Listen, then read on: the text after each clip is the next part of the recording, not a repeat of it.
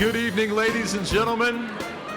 Welcome to the 12th Annual Lawrence Business Hall of Fame Tribute Dinner. Thank you so much for being with us here tonight. My name is Brian Haney. I'm the voice of the Kansas Jayhawks. Thrilled to be your MC again this year. You know, I get the privilege and pleasure of being around a couple of the Hall of Famers on a regular basis. Bill Self, obviously, first ballot Hall of Famer. Wayne Simeon, when he travels with us, he's a KU Hall of Famer. I think Greg Gurley, in his own mind, thinks he's a Hall of Famer. So that's like three. But tonight, in our midst, we are truly joined by Lawrence business royalty as we have 15 former Hall of Fame representatives here tonight. We're going to put 4 more in the hall by the end of the night, and we have 4 fantastic kiddos that are future Hall of Famers, I promise you that. So it's going to be a ton of fun. We appreciate you being with us.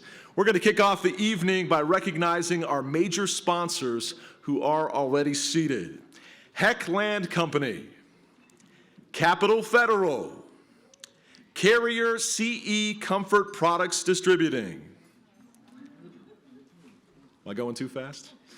CEK and Auto Owners Insurance, Crown Automotive, Emprise Bank, McDonald's, P1 Group, RCB Bank, U.S. Bank, and Wealth Management Group. Give it up for our major sponsors already seated.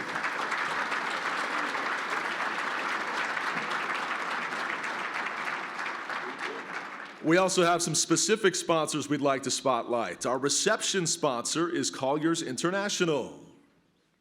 Our student sponsors, Carrier CE Comfort Products Distributing. In-kind ticket sponsor, Carol and John Llewellyn. Printing sponsor, Minuteman Press. Radio advertising sponsor, my alma mater here in town, KLWN Radio. Newspaper advertising sponsor, the Lawrence Journal-World.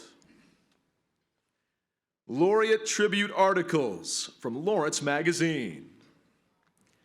Tribute videos and environmental laureate portraits, Moonblind Productions. Event venue sponsor, right here, the Doubletree by Hilton.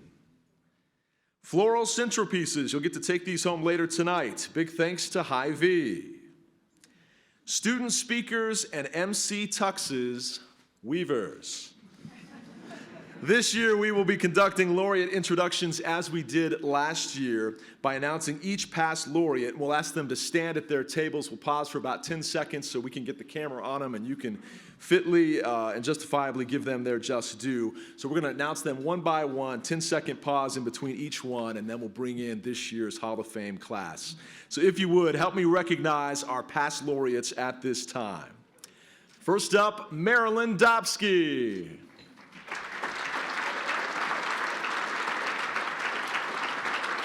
There she is.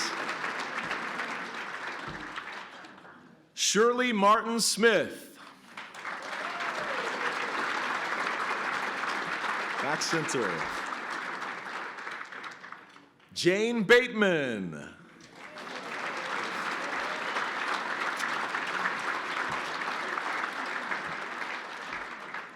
Don Johnston.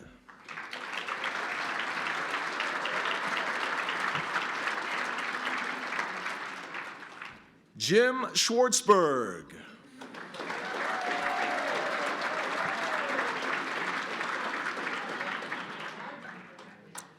Dale Willey, represented by his wife, Jan Willey.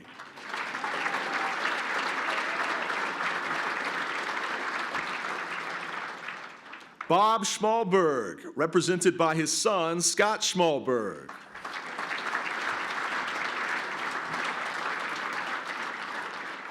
How about a hand for Mark Bueller?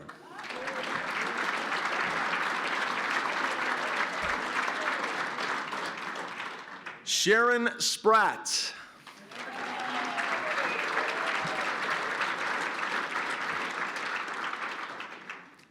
Larry McElwain.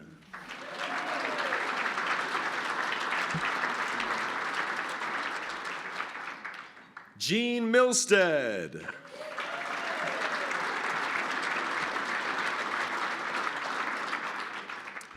Man with the best blazer on, Doug Compton.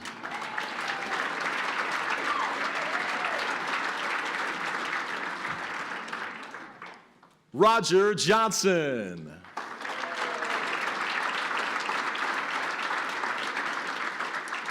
And finally, Cindy Ulick.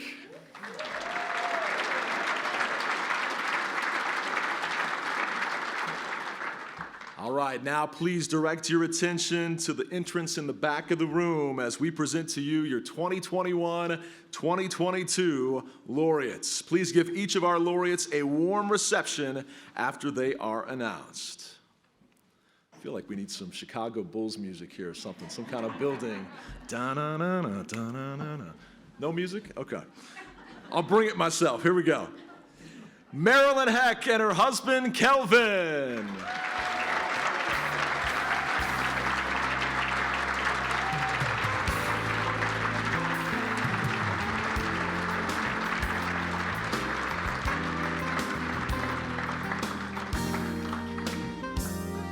There we go. Next up, Richard Haig and his wife, Kim.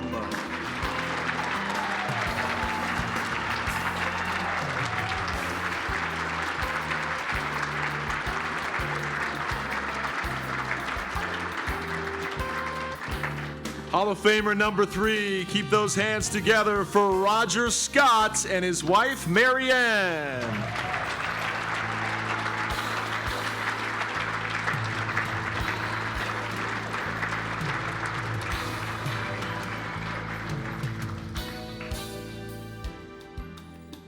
And our final Hall of Famer for 2021-2022, put your hands together for Gary Tobin with his wife, Janice.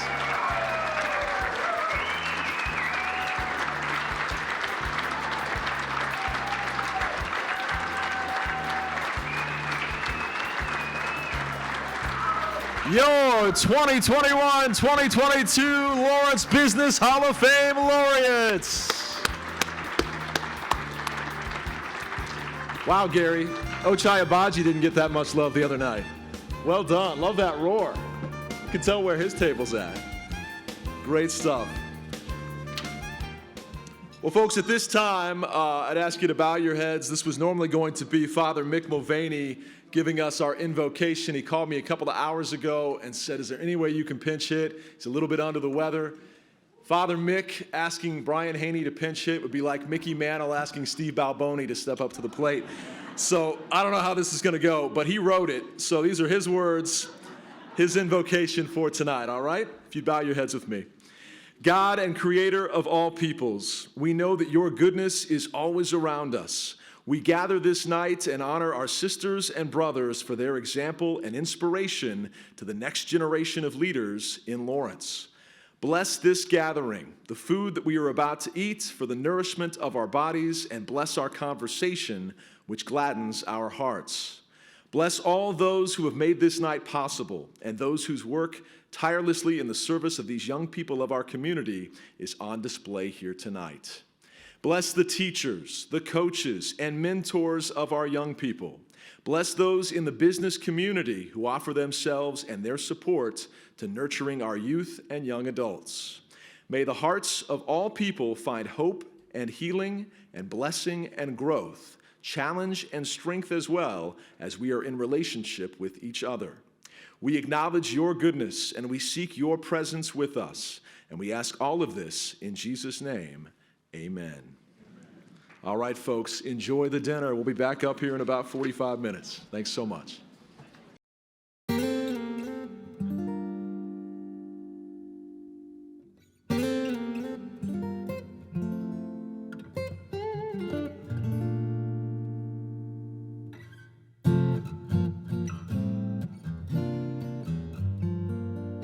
We invite you now to enjoy a special performance from a new local children's choir, the Contemos Youth Chorale, directed by Emily Bodeker. She's our youth chorale director and music teacher at the Lawrence School District. Take it away. Hi, thank you so much. Thank you so much for inviting us to be here tonight.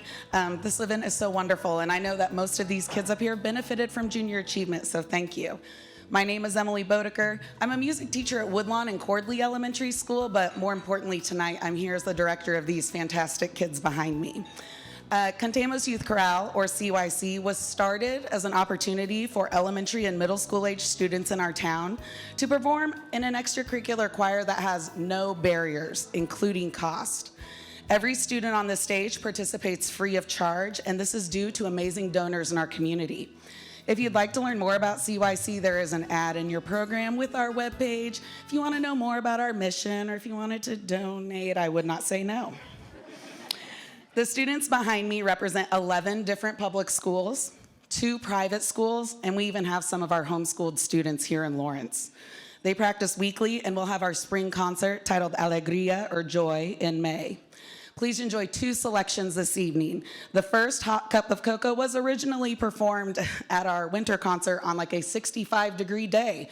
So we are very excited for the do-over this evening. We're sorry we brought the snow. Our second song will be I Just Want to Shine, which they will perform at their May concert. Again, thank you so much for having us, and please enjoy the rest of your evening.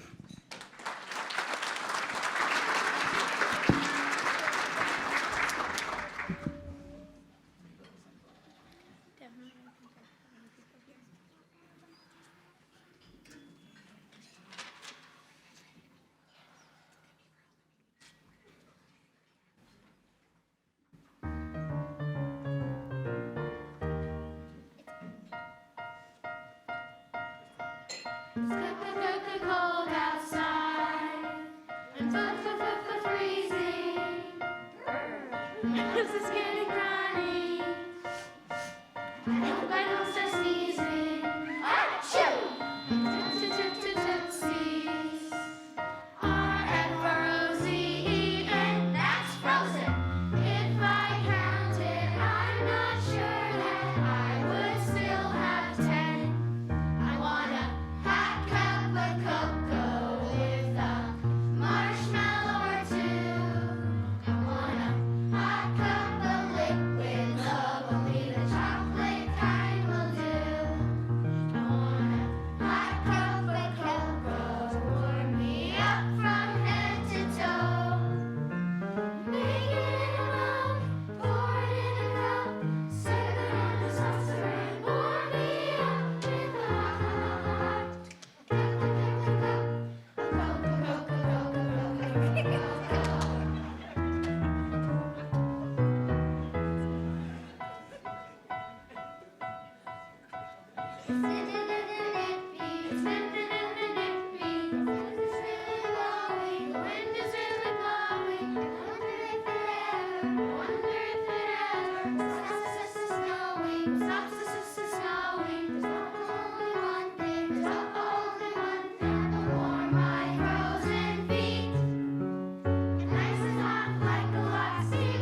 Chocolate will turn up my heat. I want a hot cup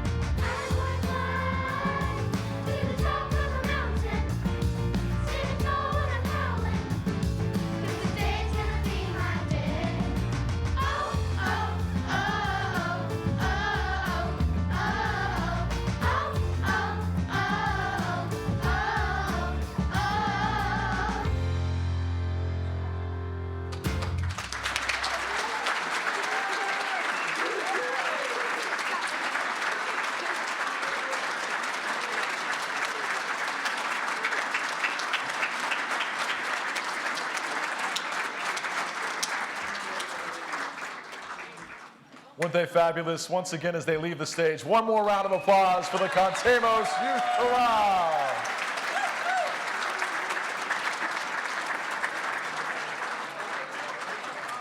Once those youngsters completely exit the stage, we invite you to fix your attention on the screens on that same side of the room for a special presentation from Junior Achievement.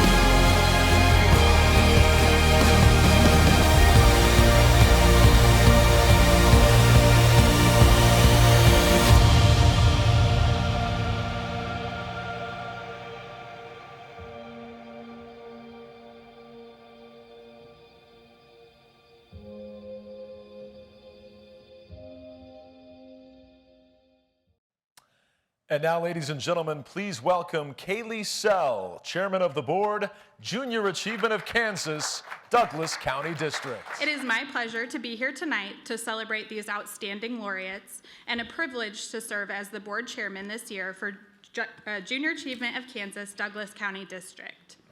Tonight is a very important night for Junior Achievement of Kansas. The most important reason we are here is to honor 4 outstanding laureates being inducted into the Junior Achievement Business Hall of Fame.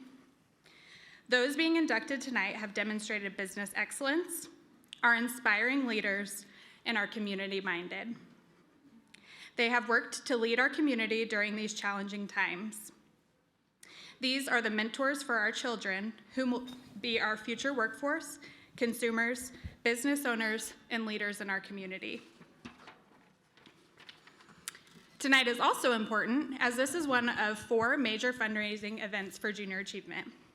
I know that many of you in this room are familiar with JA, but I would like to share just a few things for those who are joining us for the first time tonight. One of which is that Junior Achievement is entirely funded with private donations. We do not receive public or taxpayer assistance. On behalf of the board, I would like to extend my thank you and appreciation to all the sponsors this evening, table purchasers, and those that bought individual tickets. I would like to recognize a few of our sponsors tonight that have been so supportive of this event for many years. The first I would like to recognize is Tom and Marilyn Dobsky. Marilyn was honored in our first group of laureates in 2010, and they have been a sponsor from that first year. Thank you.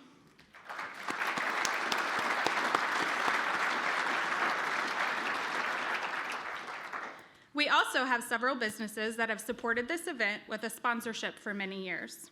Those are CEK Insurance, Emprise Bank, US Bank, and Wealth Management Group. Thank you to all of you.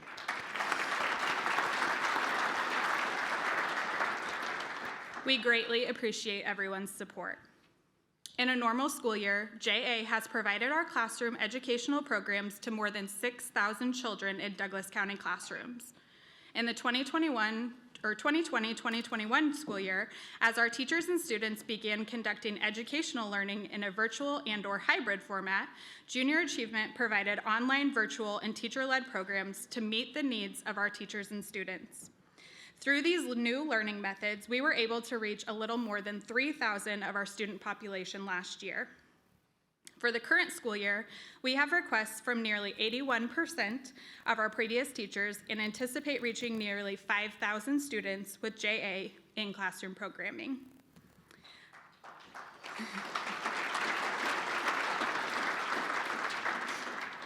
The program delivery methods may have to change over the past couple of years, but our curriculum continued to assist our teachers in meeting state-required education curriculum outcomes for their social studies economics units in each grade level we serve. We recently received some great news from our national headquarters. Junior Achievement Worldwide has been nominated for a Nobel Peace Prize. We are honored to be a part of the JA Network and share in this honor with our colleagues across the world. To make this happen, we need both funding and volunteers. Our growth is only limited by our financial and volunteer resources. I have volunteered for many years and have enjoyed working with the amazing students in our Lawrence classrooms.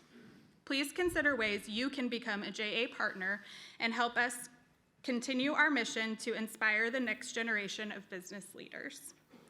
We invite you to be a part of this important movement, whether it's by sponsoring a classroom, volunteering in a class, or providing financial support. You can make a difference for the young people of Kansas and in our community. I need to take a moment to recognize some additional people who are in attendance this evening. The President of Junior Achievement of Kansas, Ashley Charist.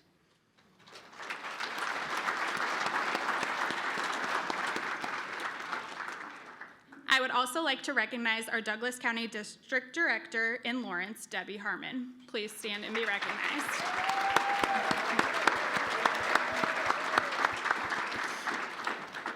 I also believe that we have many of our board members in attendance this evening. If you are a board member, if you would please stand and be recognized.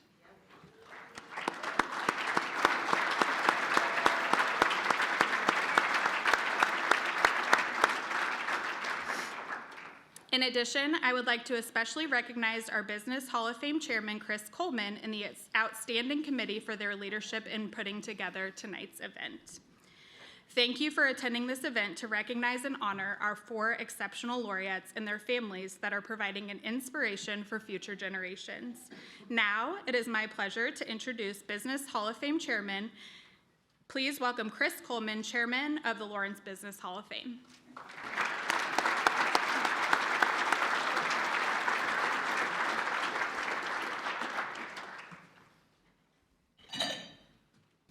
Well, good evening, and welcome to this special tribute dinner honoring our 2021-2022 laureates being inducted into the Lawrence Business Hall of Fame. We're really excited to have each and every one of you here tonight to help us celebrate our 12th annual Business Hall of Fame, and we know that I speak on behalf of the board and hopefully everyone here that you've had an enjoyable evening thus far, and that we're glad that you're here to be a part of this special celebration as we induct numbers 45 through 48. And I'm glad we're all here tonight and we're able to recognize these business leaders, and we want to celebrate, congratulate, and recognize Marilyn Heck, Richard Haig, Roger Scott, and Gary Tobin for their involvement and leadership, which have benefited our entire Lawrence and Douglas County community in so many ways. Our Lawrence Business Hall of Fame is a project of Junior Achievement of Kansas. Junior Achievement's mission is to educate our young people, kindergarten through 12th grade, about financial literacy, workforce development, and entrepreneurship. We do this through grade-specific educational materials. This year, we again will provide programming at absolutely no cost to the Lawrence School District, and we will reach nearly 5,000 Lawrence children. For those of you who haven't had a chance to volunteer as one of our JA role models, please consider this important opportunity. I've had the chance to teach in the past, and I found it to be a very rewarding experience. Our Business Hall of Fame is the final piece of education for our students as well as the residents of our community. Now we display prime examples of giving, caring, and enthusiastic leaders at our Business Hall of Fame. After you hear more about JA tonight, I also invite you to get involved with Junior Achievement. The children of Lawrence are worthy of your time and attention. Now, to find out more about the impact JA is making in the lives of children in our Lawrence School District, please join me in welcoming Dr. Anthony Lewis, Superintendent of Lawrence Public Schools.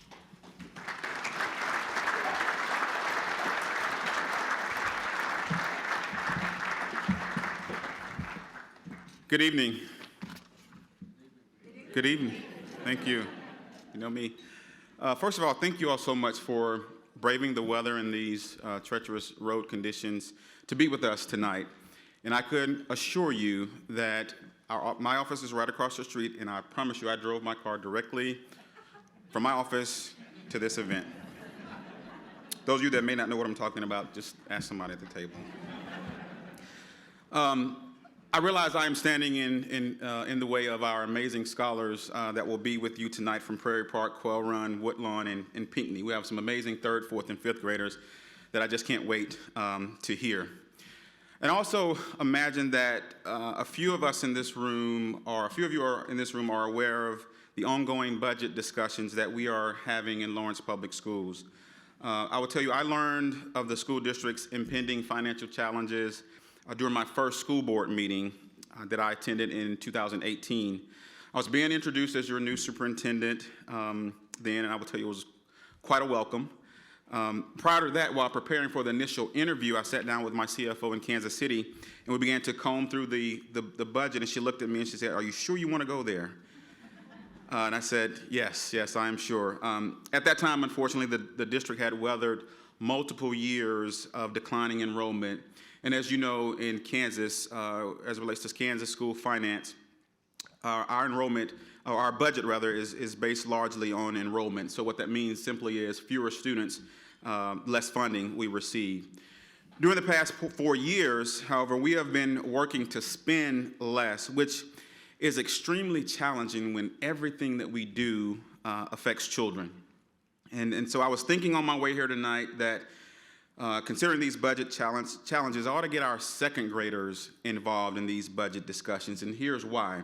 So last year, they were 1st graders, and they learned through Junior Achievement the differences between wants and needs. And so as a part of the JA lesson, the volunteer explains our basic economic needs, which are food, shelter, and clothing. So then the JA volunteer gives them 2 flashcards, one that says wants and one that says needs. Okay, you may have received that lesson also. So the JA volunteer then holds up a picture of things like food, shelter, clothing, Legos, video games, and then counts to 3, and then the students must decide whether to hold up their want card or their need card. Now, except for a few tricky ones like pets, they normally get it right. And so my point is this, it's a very important lesson for our scholars, and I will tell you it's not such a bad lesson, or reminder rather, for our adults as well. And so Junior Achievement provides high-quality curriculum in financial literacy, work readiness, and entrepreneurship. One of our JA volunteers told me how impressed that they were when one of our 1st graders came to them and said, "I know what an entrepreneur is." And he said, "Really? What is an entrepreneur?" Ronald McDonald. And so I'm sure Tom and Marilyn Dobsky would appreciate and accept that answer, that Ronald McDonald is definitely an entrepreneur. So all these lessons are developed by educators. These lessons are engaging, hands-on activities that our students enjoy and that teach the state mathematics and social studies standards. And those standards are what Kansas has decided our students need to know and be able to do as they progress from kindergarten through graduation. So I want to share with you the mission statement of the Kansas Standards of History, Government, and Social Studies. I think it is something that most, if not all of us, no matter our political affiliation or perspectives about wearing masks, can get behind. And it's this: the mission statement of our Standards of History, Government, and Social Studies is to prepare students to be informed, thoughtful, engaged citizens as they enrich their communities, state, nation, world, and themselves. And then the mission statement is divided into 3 parts. The first part is this: an informed citizen. An informed citizen possesses the knowledge needed to understand contemporary political, economic, and social issues, and the skills to locate and utilize credible sources of information. Is everybody with me so far? Second is a thoughtful citizen. A thoughtful citizen applies higher order thinking skills to make connections between the past, present, and the future in order to understand, anticipate, and solve problems of the world. Still with me? Okay? And then third, an engaged citizen. An engaged citizen communicates, collaborates, contributes, compromises, and participates as an active member in their community. Okay, how about now? Everybody still with me? On compromises, right? Seriously, we want this for all of our children in Lawrence Public Schools. And so the way that we get there is with effective classroom practices that promote learning in realistic situations like junior achievement. Those lessons about wants and needs and personal finances and even buying your first car. College, career, and citizenship-ready pathways engage our students in the construction of knowledge, disciplined inquiry, and connection to the world beyond the walls of their classroom. Like JA lessons about career exploration, buying and selling goods in a global marketplace, and even pitching an idea for a new product or business. As our school community continues to move from covert response to recovery, we are extremely excited to move our JA volunteers from video lessons back into the classroom. In spite of the pandemic, JA still reached 3,000 students last year. Thank you. That is truly remarkable. And this spring, we expect JA to be back to about 85% in our classrooms, including classrooms in all 13 of our elementary schools. We also are exploring new programs for this coming spring for our high schools. JA will offer students the opportunity to participate in the Stock Market Challenge, where they will buy, sell, and trade stock. And so I don't know if you remember the difference between bull and bear market. Some of us could probably use a refresher, so just remember to ask the high schooler this spring. So what does JA need? We always need volunteers. It takes about 150 volunteers to make JA successful right here in Lawrence. Raise your hand if you have volunteered for JA. Thank you. Let's give them a round of applause.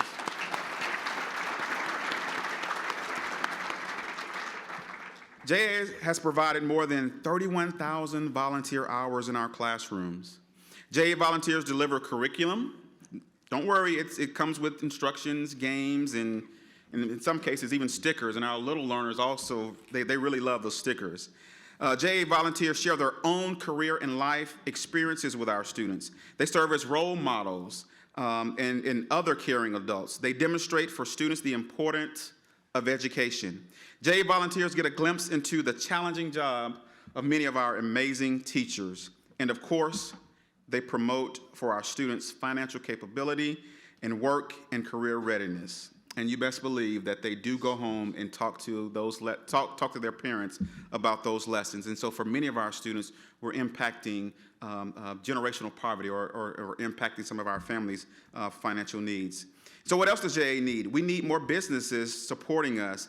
About 50 local businesses help make JA possible by donating funds that goes directly to the classroom by providing these economic curriculum for our students. So raise your hand if you're a business or if you have donated to JA. All right, let's give them a round of applause and keep your hands up if you're going to double your donation this year. Keep them up, keep them up. And so, you know, there are many things that I really like about JA, and it's hard to pick just one to highlight, but since my mind is really on balancing the budget lately, I'm going to pick that JA shares all of these important life lessons, as mentioned earlier, with our scholars at no cost to the district. Yes, that's really, right now, that's my favorite part. And so my congratulations to tonight's inductees and my sincere thanks and appreciation to our junior achievement staff, to all of our JA volunteers, and to all of our business partners for supporting JA in Lawrence Public Schools. You may not see it, but please know I see it and know that you are truly making a difference. Thank you so much.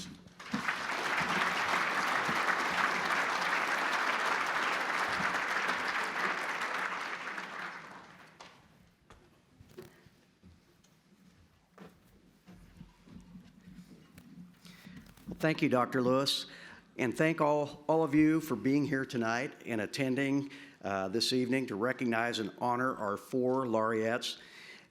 As I indicated earlier, this is our 12th year for the Business Hall of Fame.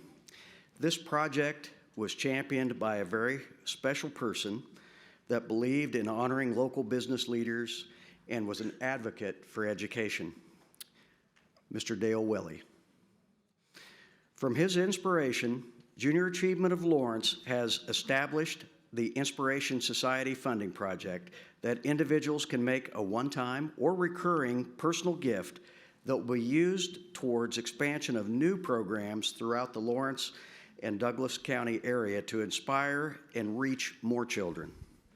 To find out about the Inspiration Society program or the many other opportunities that are available to support junior achievement, please take a few minutes to fill out one of the information cards there on your table. You can find out about becoming one of our classroom volunteers, or you can find out about getting your business or organization involved, or how you can help with a donation toward our classroom programs. To provide the JA program to just one classroom, we need to raise $650. Just think, if each of you at the table tonight would pledge just $75, your table will help us provide programming for an entire classroom. Please hand your card to any of the JA staff at the check-in tables as you depart this evening. Now, it's my pleasure to introduce your Master of Ceremonies for this evening, Mr. Brian Haney, Director of Broadcasting for Kansas Athletics and voice of the Jayhawks. Thank you, Chris. Thanks, buddy. Thank you, Chris. It's a privilege and a pleasure to be a part of the Lawrence Business Hall of Fame tradition each and every year. And if you'll direct your attention to the screen behind me here, we're about to see the environmental portraits of our laureates. They look better than that guy, I promise. Well, we're supposed to put them up for you. Anyways, the portraits are going to have a chance to be presented to our laureates at the end of the evening, and they'll also be on display in Hall of Fame status. But I want to get a good look at these portraits as they come up one by one here. There you go, the environmental portraits presented to our laureates. An independent selection committee worked hard to come up with our 4 laureates here this evening. They used the following criteria in selecting our Fab 4: business excellence, entrepreneurial spirit, courageous thinking, inspiring leadership, community impact, ability to serve as a role model, and enduring accomplishments. That was the criteria. These are the 4 we're honoring here tonight. They truly are the reason we're here to celebrate tonight. But anyone who's ever been to one of these Hall of Fame induction ceremonies knows that while these guys are the reason for the evening, the real stars of the show are the 4 kids that are going to come up here in just a second and help us introduce our Hall of Famers. They're all junior achievement kids. They're all so impressive. They've worked really hard to study their scripts and bring it strong here tonight. And so I think you'll enjoy it as much as I do as we have a chance to hear from some of the future leaders of our Lawrence community, our junior achievement co-presenters of the evening. The first of which happens to be a 5th grader from Prairie Park Elementary School. Put your hands together in welcoming Sophie Castaneda Cantu.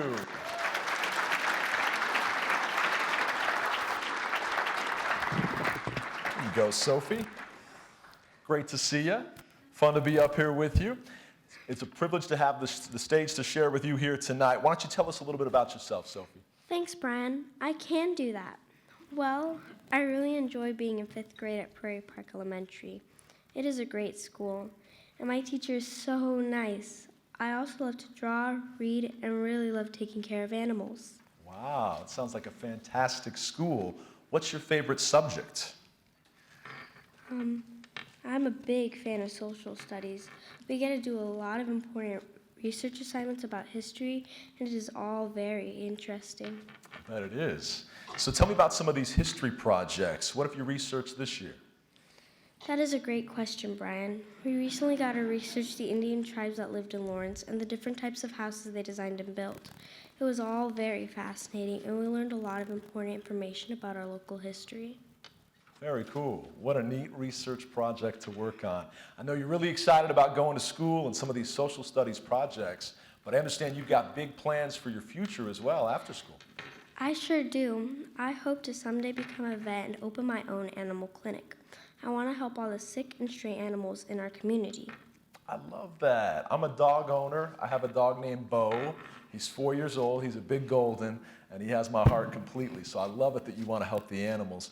Why did you think that being a vet would be a great idea for a career? Well, I believe the best part of the job would be getting to work with all the different animals and making them feel better. I also want to help stray animals find new homes and families to take care of them. I love that ambition. Is there anything that you think would be difficult about being a vet? Let me think about that one. Maybe doing all the surgeries, because of all the gross stuff. I totally agree with you. I'm not sure I could do that part of the job either. We're in lock and stride there. I look forward to visiting your animal clinic one day. Maybe if you grow up fast, Bo can visit it too. But I know that the Junior Achievement programs teach students about career opportunities and career choices and how important businesses are to the success of our city, don't they? They do. Junior Achievement's mission is to help students explore different career opportunities, learn how to start and manage a business, the importance of money management, and giving back to your community. Why do you think those skills will help students be successful, Sophie? It is important to explore the different career options that are available and find a great career that you enjoy doing every day so you can earn money to support yourself and your family. I love that you feel that way, and I'm so grateful for my mentors that help steer me on the career path that I'm in today. I'll tell you what, you're going to be a big success, and I can't wait to bring Bo to your vet clinic one day. I'll tell you what, I think I speak for everybody here when we all agree that you're going to be a superstar in the business realm, Sophie.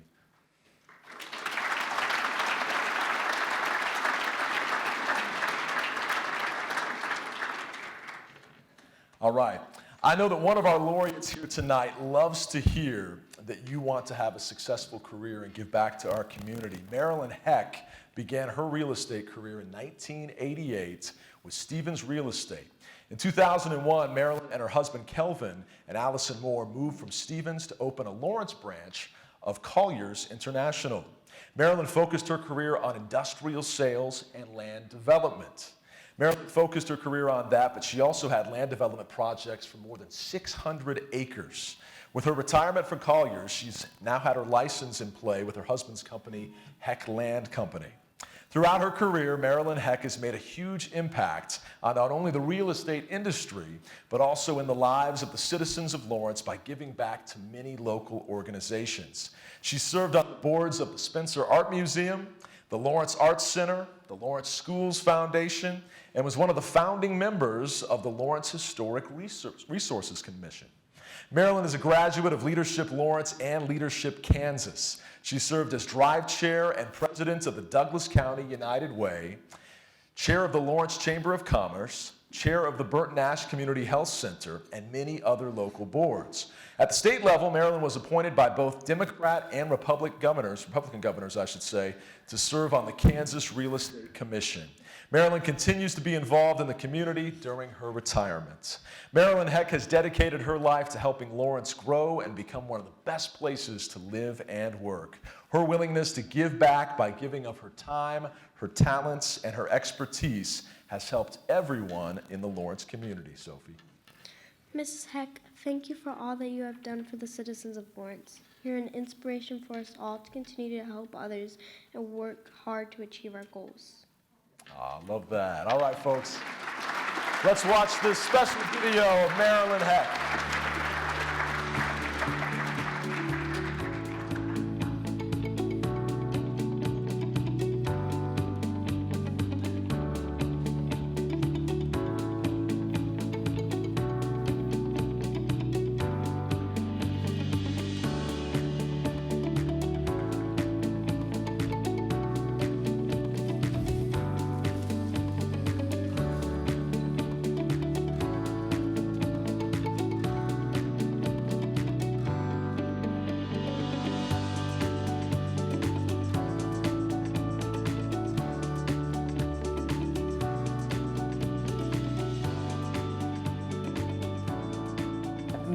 is one of the most exciting and interesting business people you would ever meet.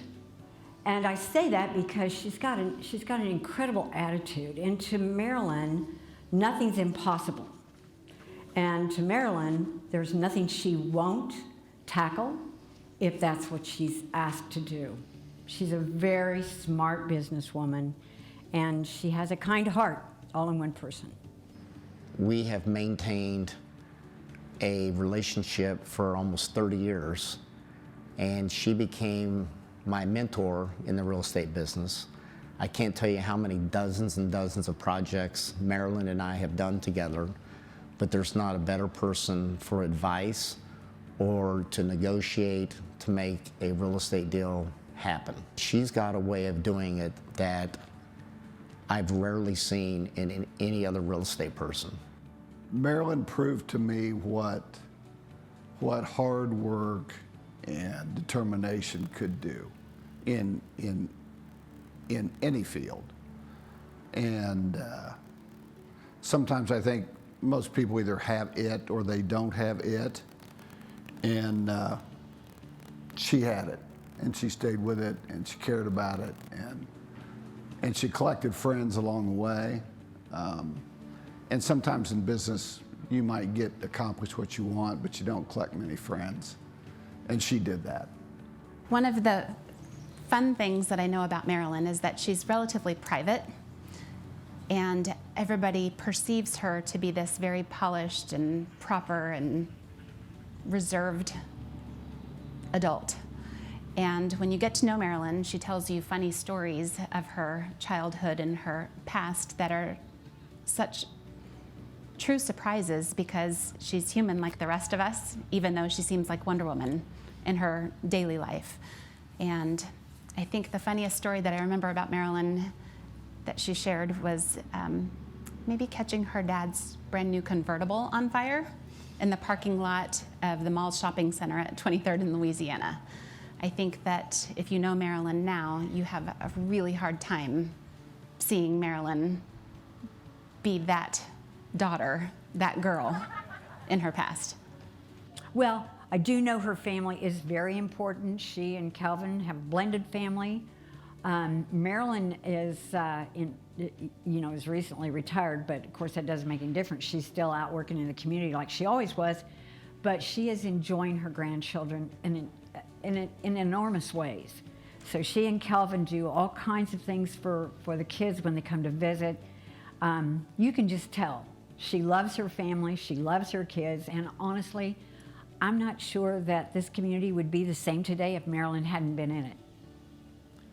I don't know about her first venture. I remember the first time she earned a commission and the seller wouldn't pay her. And it was a big number. And she was devastated. She'd worked a long time on it.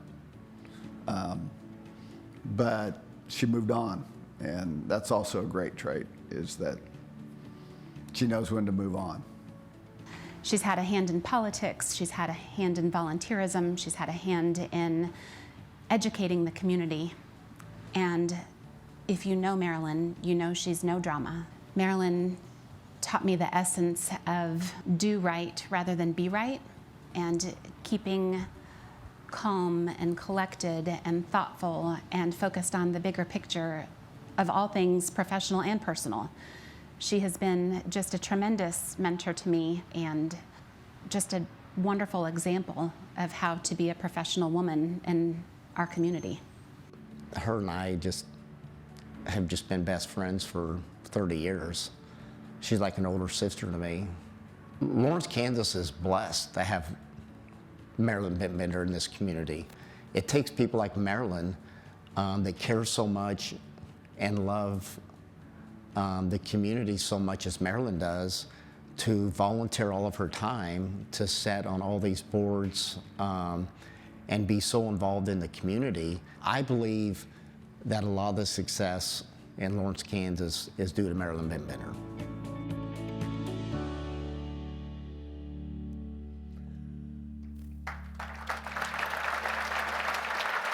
Ladies and gentlemen, Lawrence Business Hall of Famer, Marilyn Heck. Congratulations. Get your picture there.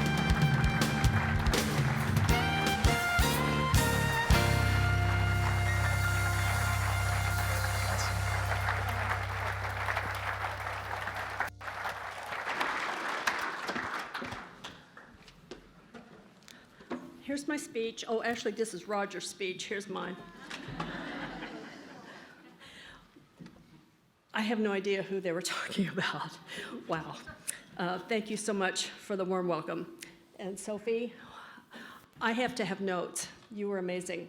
Congratulations. And I also have a dog, and I hope you're around when you're a vet by the time my dog needs you. So good luck with that. Thank you to Junior Achievement, not only for this honor, but for the outstanding programs that you provide the students in our area district. It's an amazing honor to be standing here, and even more so, to be on the program with Richard and Roger and Gary. I worked next door to Richard for 13 years and relied on his service, his kindness, and his generosity more times than I can count. Roger, you've been a friend and a resource for many years as well. And at some point, I'm sure my husband has a plan to recoup at least some of what you took off of him on the golf course in Bella Vista. I had the opportunity to be chamber chair back in 1997 when Gary was CEO. And Gary, you were a positive influence on my career as well as my volunteer work. Gary also tried to teach me, futilely, how to edit my comments and my speeches, so I'm pretty sure he's sitting over there with a timer on.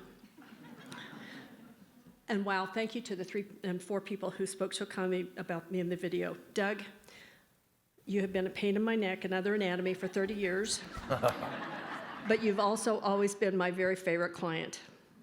You are a ton of fun to work with. You are creative, wicked smart, and a work ethic that won't quit.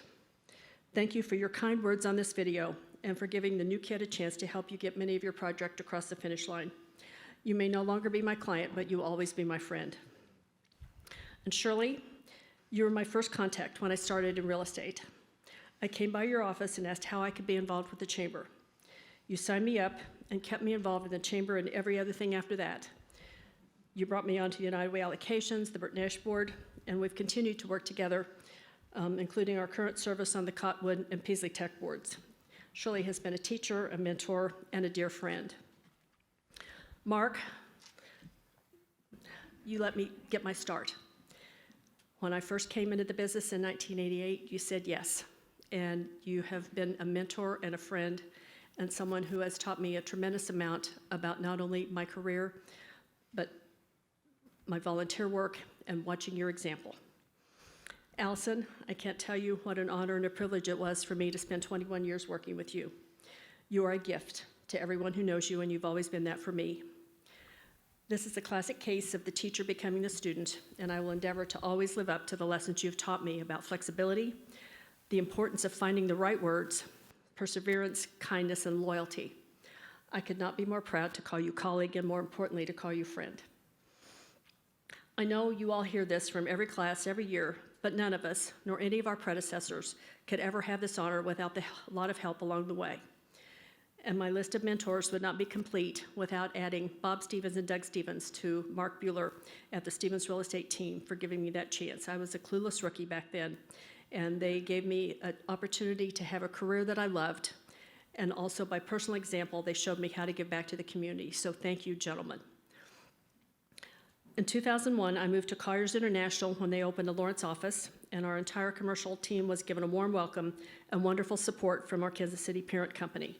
So thank you to my Colliers family. I had an amazing 18 years, and a special thank you for being the reception sponsor tonight. I want to acknowledge and thank some of my other family and friends who are here tonight, my sister Marcia and her husband Charles, Kevin's cousin Nancy, many former clients and professional colleagues, my women of wine and politics, my original tribe, my LHS friends sitting over there at table 1. We go back 60 years. And a special acknowledgement and thank you to my new friends and family at Heckland. Thank you for your encouragement and support and for your sponsorship this evening. As Brian mentioned, I was incredibly fortunate to have been able to focus much of my 32-year career on industrial sales and leasing and land development. When new industrial companies come to town or when local companies expand, they add primary jobs that bring new money in our community into our local economy. When we annex land that becomes developed with new buildings, that adds to our tax base. So whenever I drive through East Hills or Venture Park, Bauer Farms or Peasley Tech, or go see my doctor at the medical office building at 6th and Folks Road, I feel a sense of satisfaction that I had a role in helping those businesses grow and thrive. And business is why we're here tonight. The mission of Junior Achievement, as you've heard, is to prepare young people to succeed with a focus on business. And I'm going to use an analogy that you can all talk about later, how incredibly corny it was, and I'm going to turn to Aesop and a story of the golden goose.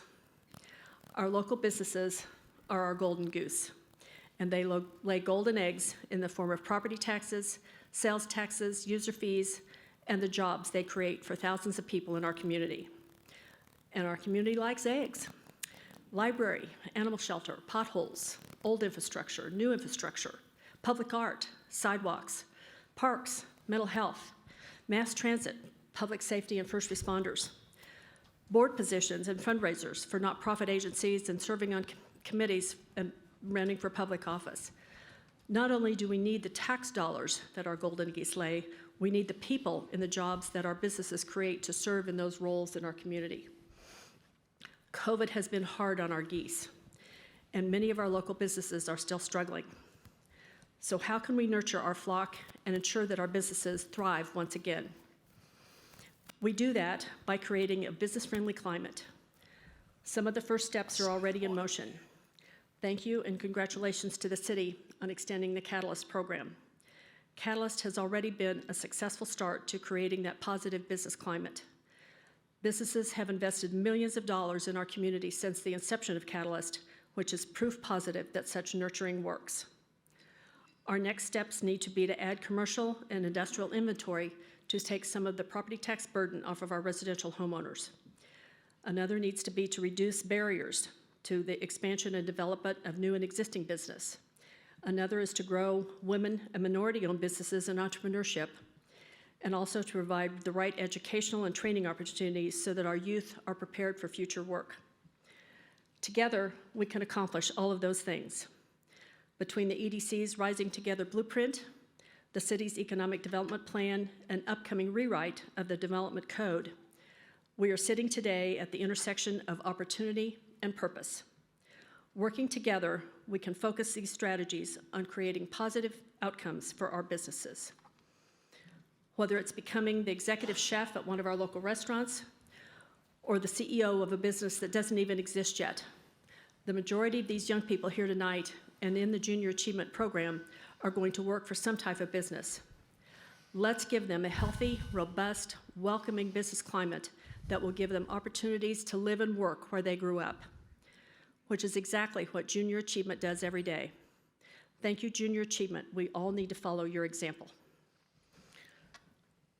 When I married Kelvin in 1997, I became stepmom to his 3 wonderful daughters, and though none of them could be here tonight from their homes in Connecticut and Texas, I want to send my love and appreciation to Maggie and Katie and Jenna and their families.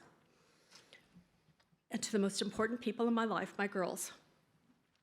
Thank you for always supporting Mom to pursue my dreams, whether that's been my career, my volunteer work, or whatever I decide to pursue in retirement. Kyra, you are my mini-me. I love your curiosity and your open heart, and I'm so proud of the woman you have become. My son-in-law, Greg, you have an amazing work ethic, and I'm so grateful for the love and support that you show Kyra and our whole family. And Laura, your bravery and determination to create an independent life makes me proud every day to be your mom. And to my best friend and my work partner and my life partner for the last 24 years, my husband, Kelvin Heck, you have made it easy for me to go after whatever goal I wanted to pursue because you have had my back every single day. You are my rock. I lost my mom when I was 27, and it's only been as a mom and a yaya myself that I have come to appreciate some of the lessons that she taught me.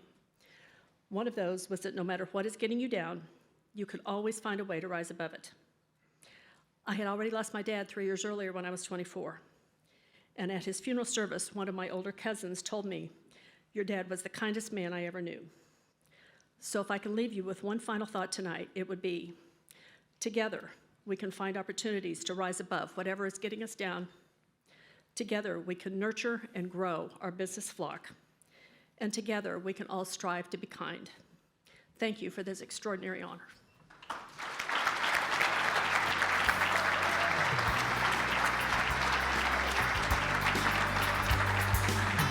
Once again, Marilyn Heck, everybody.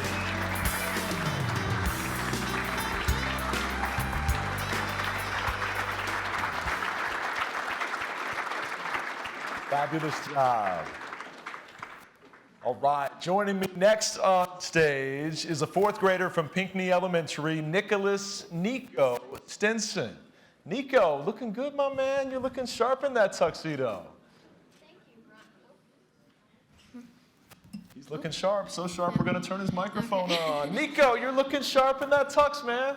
Thank you, Brian. I got it from Weavers, you know, the store downtown.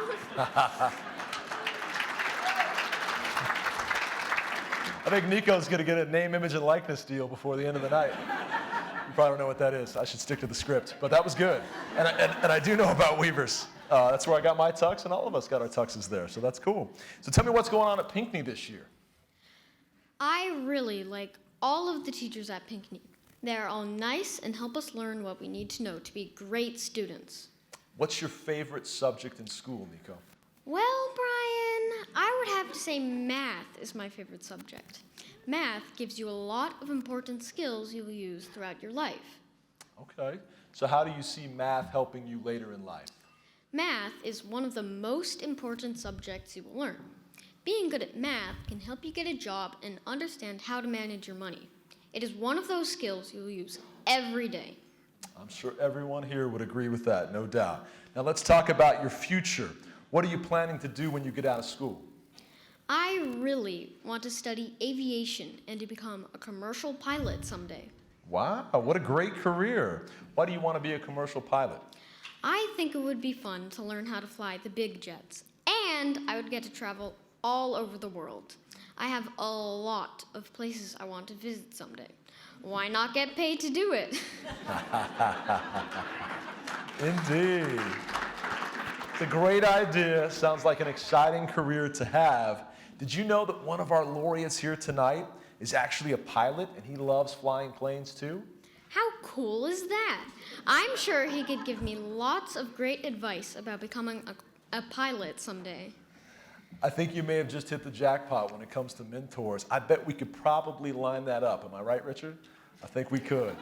Now, I know you've had junior achievement in your classes before at Pinckney. Tell us a little bit about your JA experience, Nico. We definitely did. At Pinckney, JA programs are available for every grade level.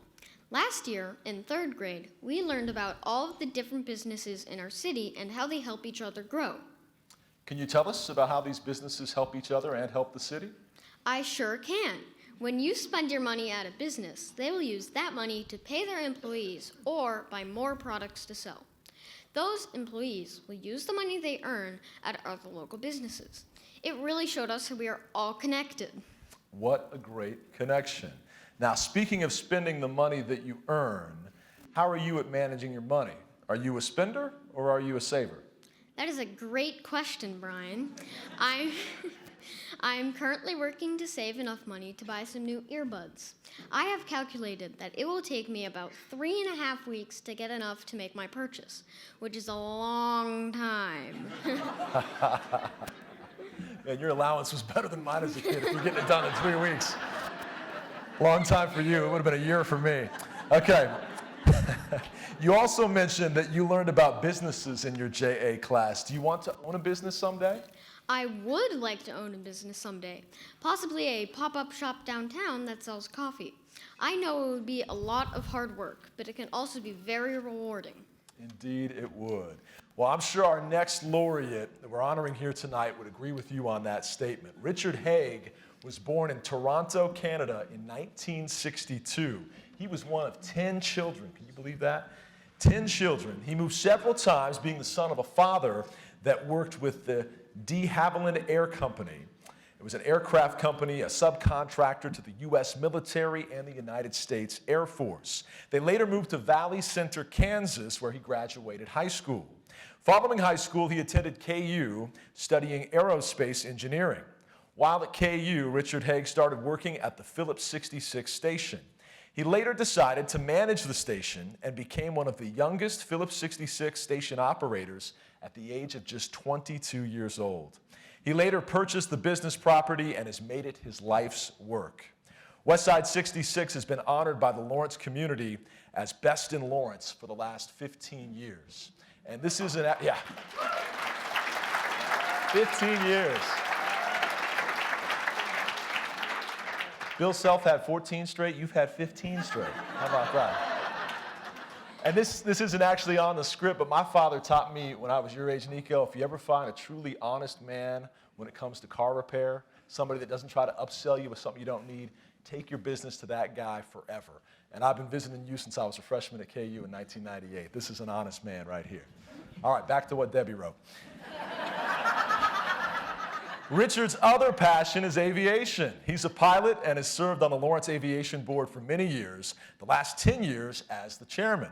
He also helps with the City of Lawrence Youth Aviation Camp and helps Leadership Lawrence with their programming by showing their classes, the Lawrence community from the air. Richard Haig has spent his career building his business and providing exceptional customer service that has helped so many folks in our community. He sounds like a great business person who puts his customers first. Thank you, Mr. Haig, for all that you do for everyone in the Lawrence community. Yes, thank you, Richard. Let's watch this special video on Richard Haig.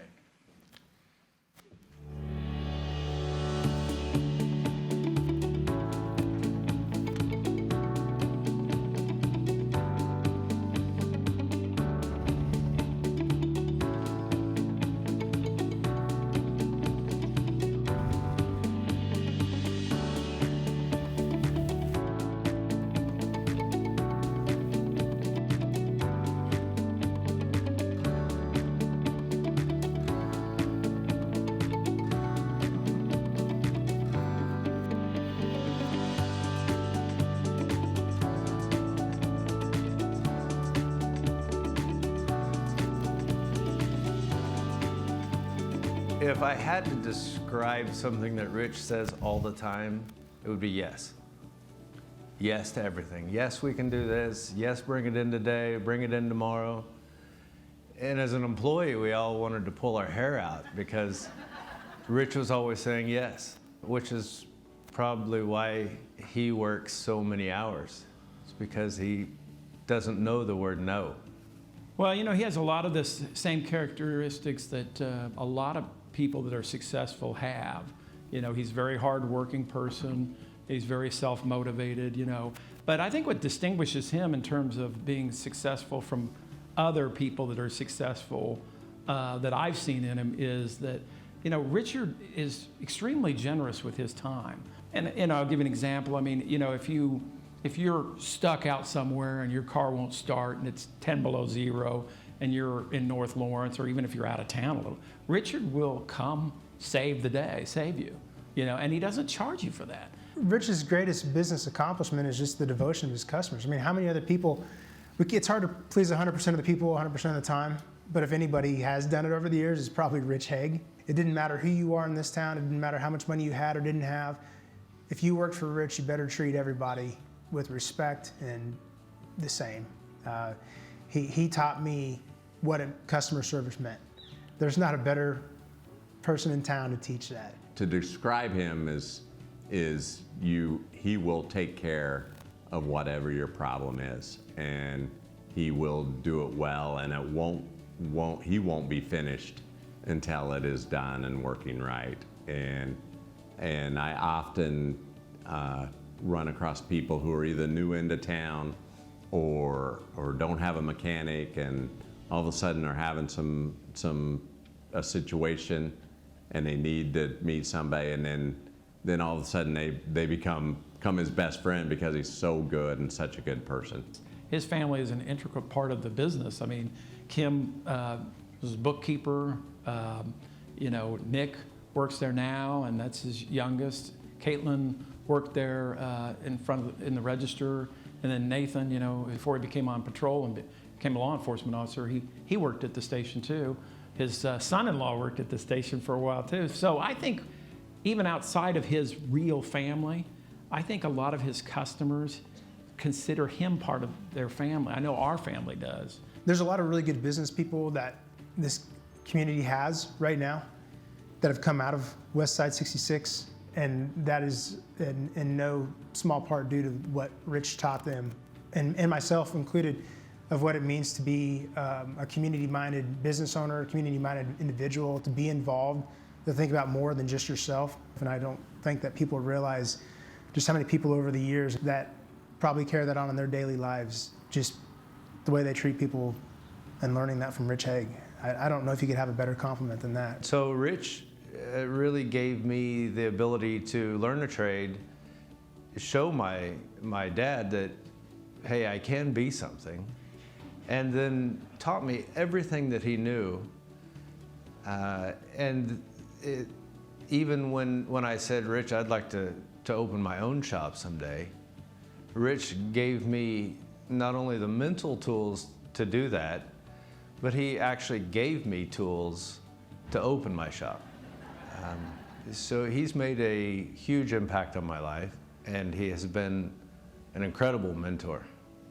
I see Rich and see what an amazing husband he is and father, and we've talked often about him being an athlete in high school and that competitiveness that he has. Now I love talking to him about how he likes to race jet skis and the stories he talks about doing that with his sons, and that's just who he is. If he's gonna do something, he's going to try to do it really well, and he does do it very well. He's a competitive person. That competitiveness shows in his business. It shows in how he takes care of his customers, and he wants to be the best, and he is the best. He's the best in Lawrence, Kansas.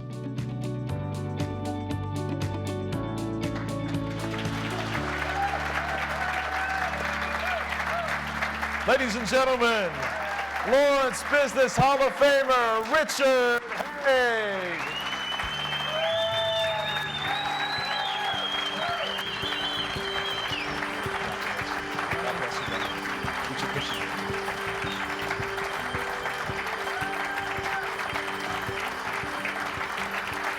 Congratulations.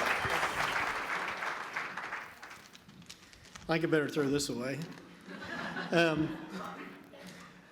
When I knew I was going to have to make a speech tonight, the toughest part is limiting who to say thank you to in just 4 or 5 minutes.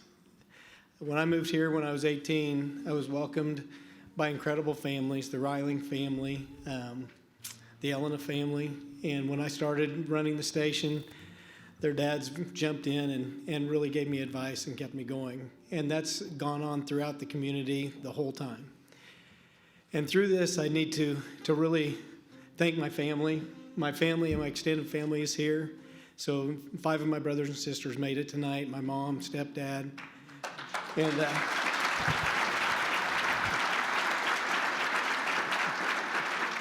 Dad wasn't able to be with us. We lost him last fall.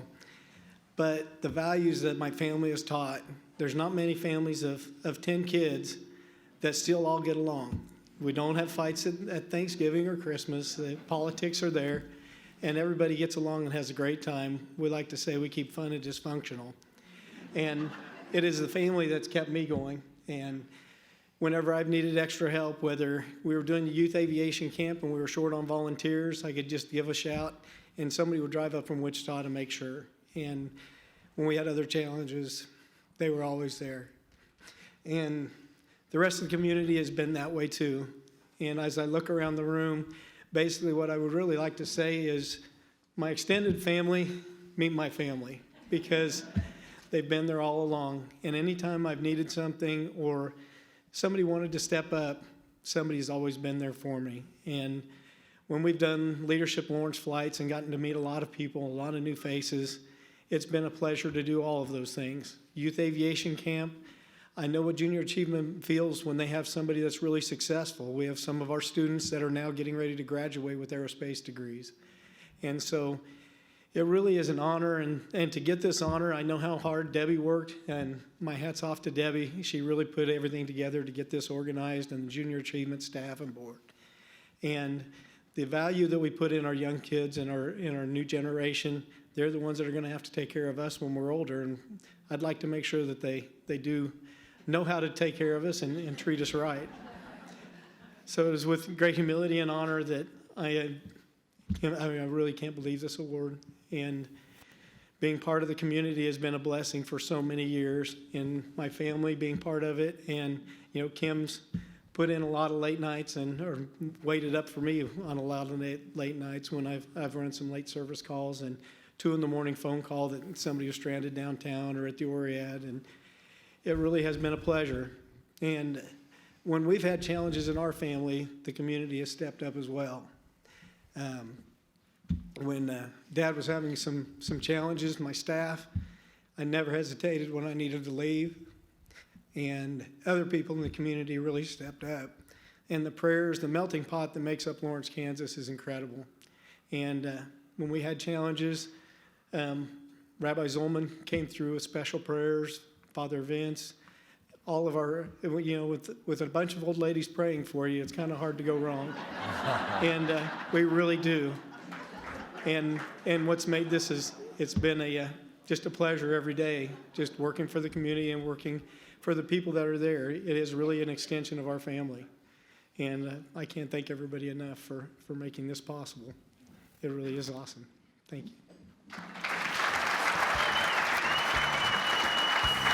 Once again, Richard Haig.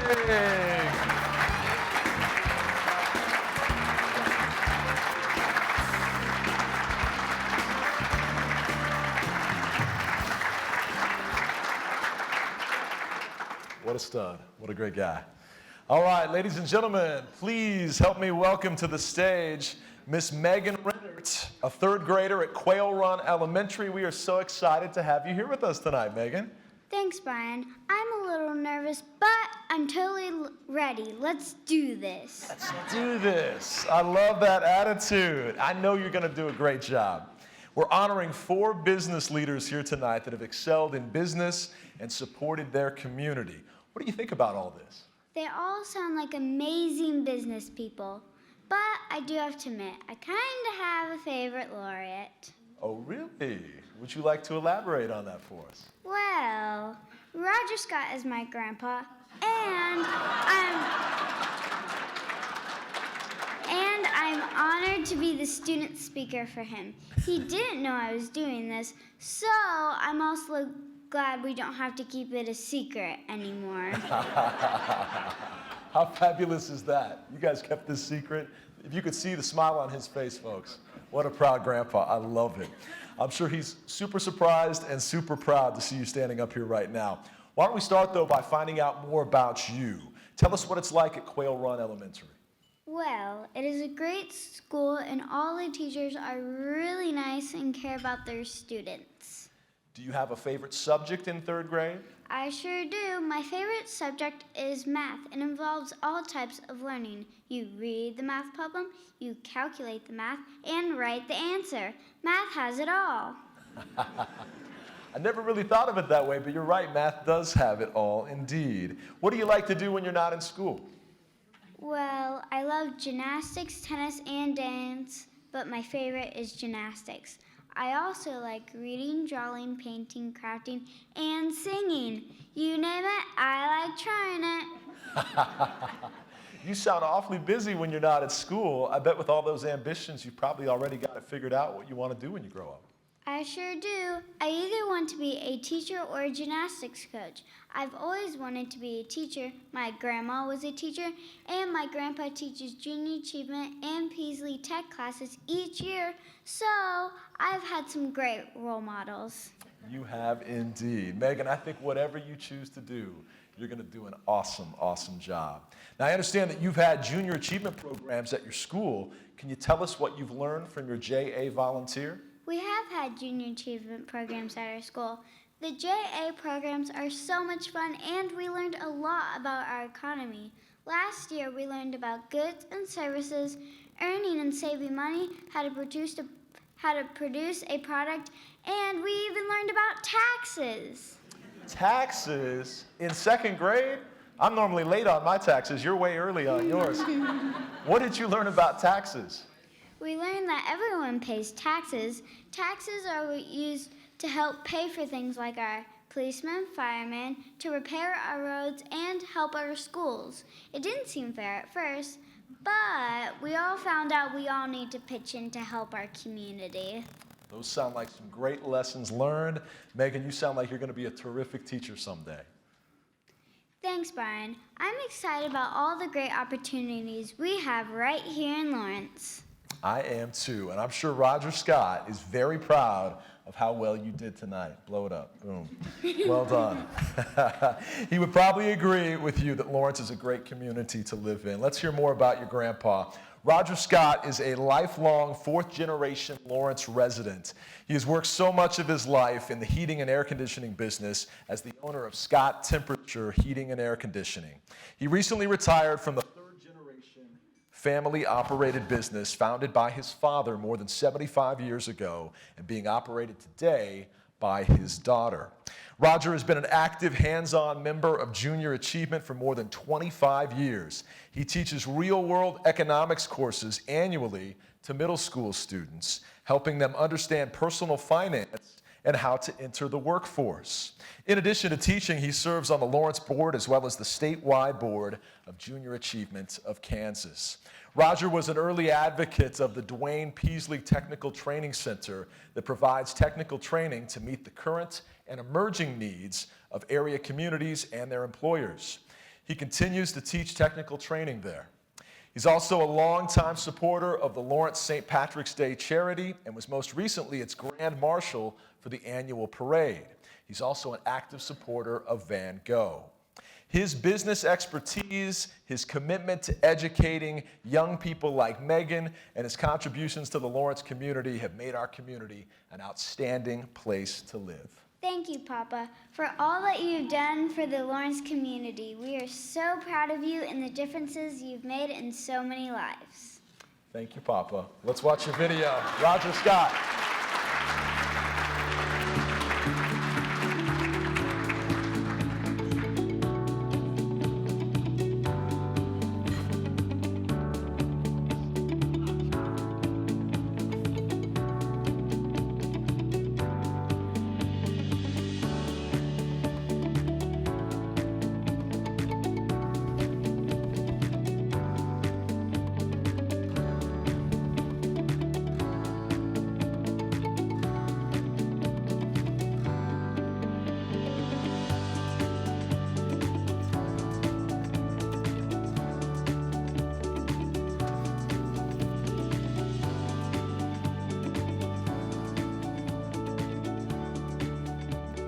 I always have 3 words that I think of Roger, and that's kind, fair, and generous.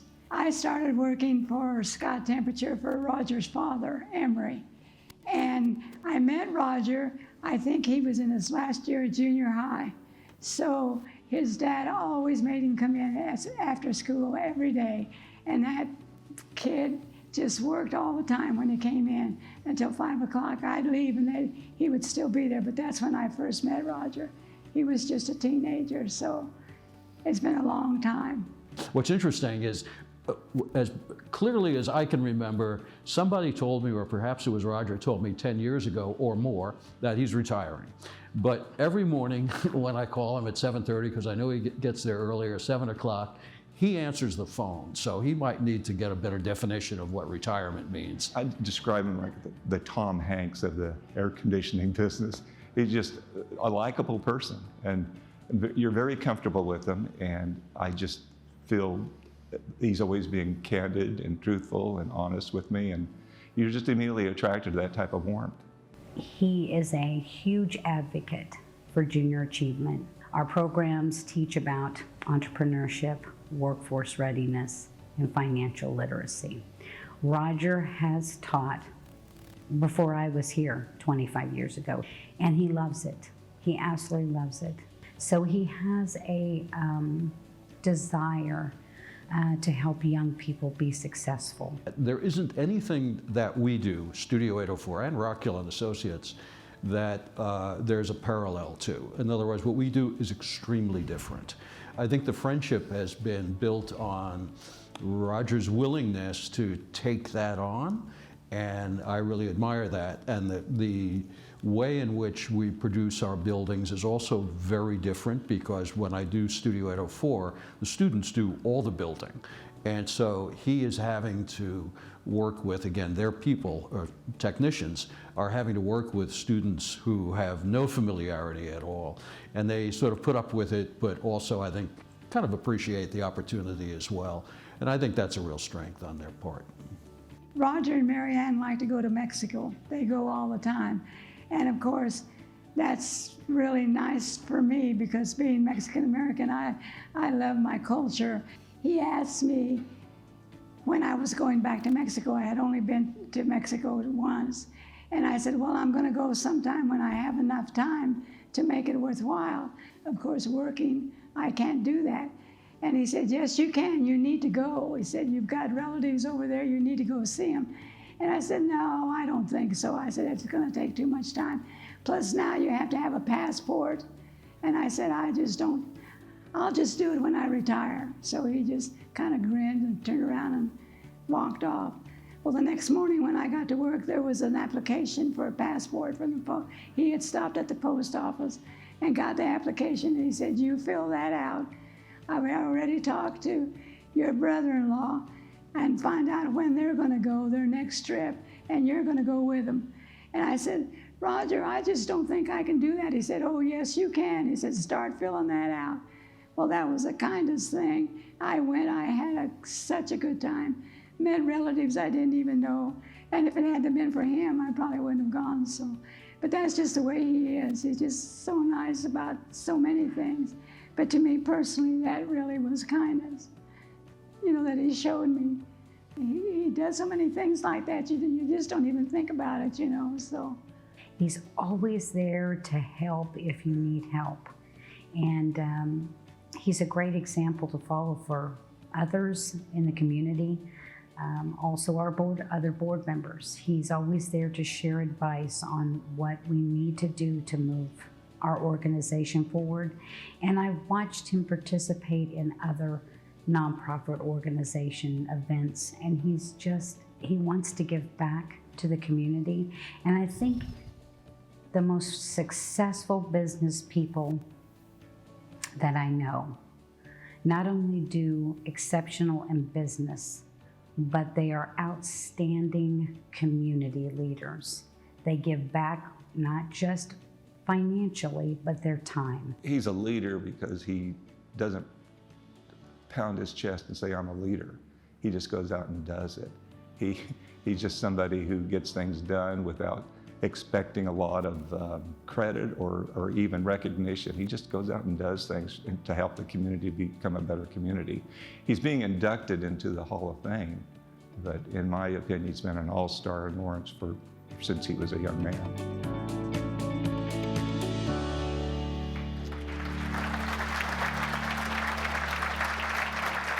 Lawrence Business Hall of Famer, and maybe more importantly, Megan's papa. Give it up for Roger Scott.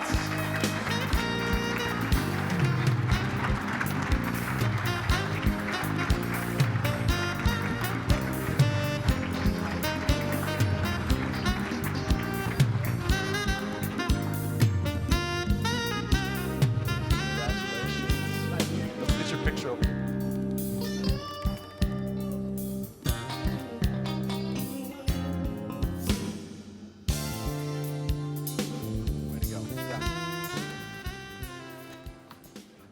I thought I was hearing my obit.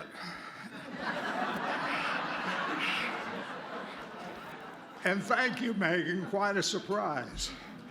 I enjoyed your show business part of it. My dad would have been proud of you.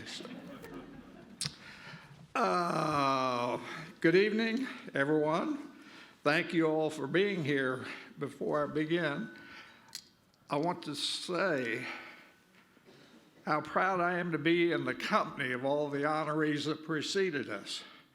You're all examples of what makes Lawrence a great place to live, build a business, and raise a family. For those of you who know me, there's nothing more important to me than community and family. I want to begin with community. Thank you, Junior Achievement and the board, for recognizing me. I've been an active, hands-on member of Junior Achievement for more than 25 years and fully believe in our mission.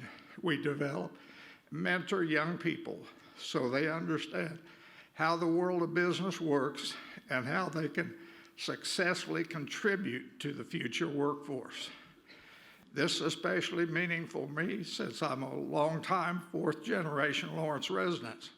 Scott Temperature today is a third-generation family business founded by my father more than 75 years ago. Junior Achievement wasn't there when I was growing up, but I've been lucky to have mentored throughout my career by some individuals in the Lawrence community in the old school sort of way, from how to give a firm handshake, look people in the eye when speaking to them, and some advice that may have stung a young man from time to time. Judge Malone, who you heard from on the video, who couldn't be here tonight, he had a prior commitment, gave me some tough advice when I was called for jury duty for the first time. Y'all can remember how that is. I told him that I needed to be excused because I had many more important things to do and a lack of interest in the proceedings. And he said to me, Roger, here's what importance is. You are a citizen of our community, and you have a responsibility to understand how the judicial system works. Your duty is to listen and partake. Thank you, Judge Malone. You also heard from Dan Rockhill, who is here this evening. He had a vision for students and the community. He founded a nonprofit organization and design studio to focus on architecture that's sustainable and affordable, and supported through education for the students who will be the architects of tomorrow. I'm proud to have partnered with Dan and his team at Studio 804 for many years. He helps students experience firsthand what it's like to contribute to building a sustainable community. A little sideline of that is when the tornado went through Greensburg, their community building was taken. Dan and his group of students from Studio 804 went out there and built a new building for the community. We had the pleasure of going out and putting the heating and air conditioning in that building. So finally, there's Bert, who you also heard from in the video and is here tonight. Bert went to work for my father when she was 18 years old, and I was just a little kid. I don't think I was in my last year of junior high, as she said. I think I was even younger than that. But anyway, while you might think that she was an unlikely mentor, but she's just in retirement a few months ago, is a mainstay of work ethic for all generations. She's kind, never heard her speak a bad word about anyone. And we had some customers that when it was hot and they were sweating, they said some bad words to her and anybody else that answered the phone. So she has a strong sense of discipline and high expectations. I know that personally from the days when I started in business washing windows, that she wouldn't accept anything other than your best effort. A important part of my professional community has been with Carrier and their distributor, Comfort Products. They are a sponsor of this event and a longtime partner of our family business. 50+ years ago, when we built our new building, the president of Carrier came in on a private jet to Lawrence and participated in the ribbon cutting of our new building. For a small town business, That was a big deal, and I'm forever grateful for their partnership, mentorship, and support over the years. Next is family. I'll start with my wife, Mary Ann Mahan, from Dodge City, Kansas. And Mary Ann doesn't let it be known very much, but she actually soloed years and years ago. We've been married almost 60 years, and I can still remember my proposal, which might not have been as polished as I thought it was at that time. But she just graduated from Peoria State, where we had met. We were walking from graduation party to graduation party. We were walking because I had no car, even though I was a business major, had a job at the university. That brings up another part of the story, the rest of the story. If you want to hear it, check with me later. She said I couldn't tell it today. So as we walked, I said to her, you know, for a nickel, I'd marry you in August. And her mouth fell open, and she reached in her pocket and pulled out a nickel.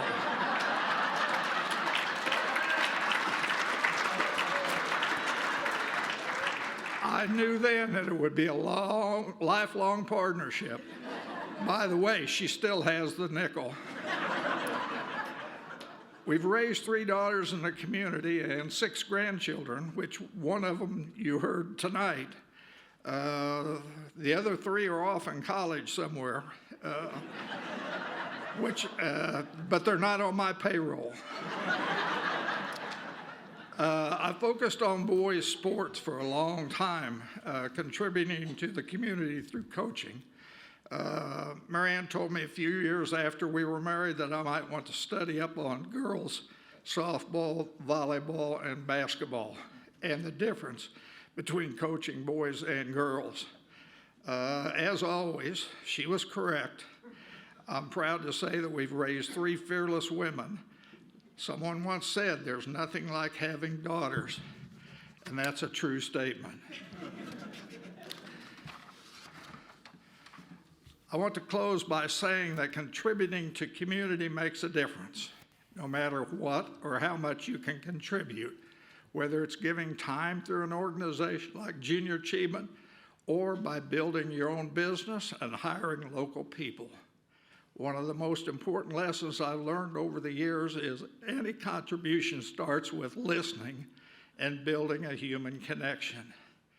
An author once said, people will forget what you said, they will forget what you did, but people will never forget how you made them feel. We all have the ability to make people feel like they matter. I encourage you to think about what you can give to make a difference for your family and your community. Thank you very much. It's been quite an honor.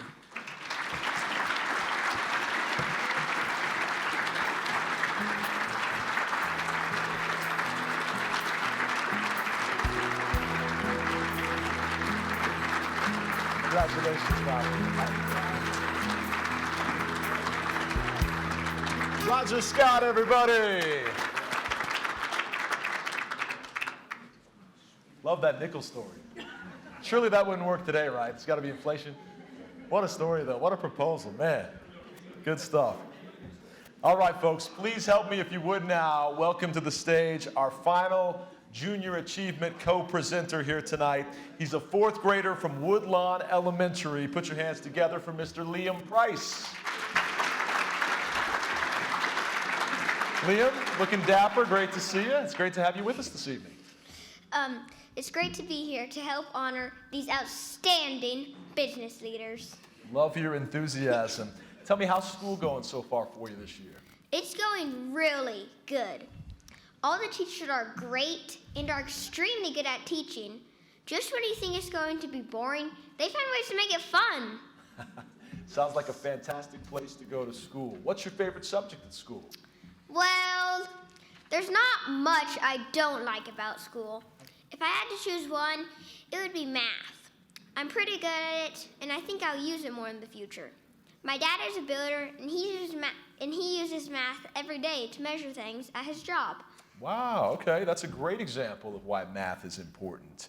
What would you like to do, or what do you like to do when you're not at school? I have to be honest, I'm not a sit-inside kind of kid. I like building Legos and playing outside. Okay. I really like making things with my dad in his workshop. Sounds like a great way to spend time with your father. Any thoughts on what you'd like to do when you grow up someday? I do. I have a couple of careers I'm considering. First, I would like to be an astronaut because it would be exciting to travel into space and discover new planets. Ooh, that does sound exciting. What about the second career?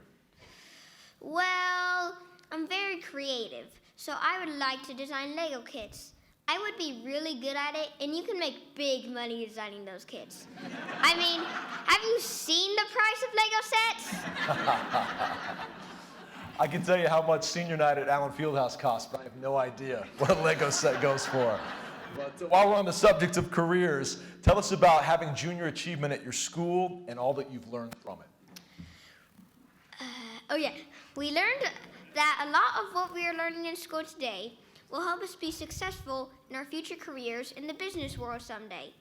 We also learned about the many skills that employers are looking for when hiring their employees. I want to hear more about these skills you learned in your junior achievement class and what it takes with those skills and how it helps businesses in the community. We learned about teamwork skills to make our business grow, and that taking care of our customers will make our business a success. It is also important to take time to learn from other business people so together we can make our community a great place for everyone. Fantastic. Sounds like you learned some valuable skills. Any thoughts on where you want to go to college once you're done with high school?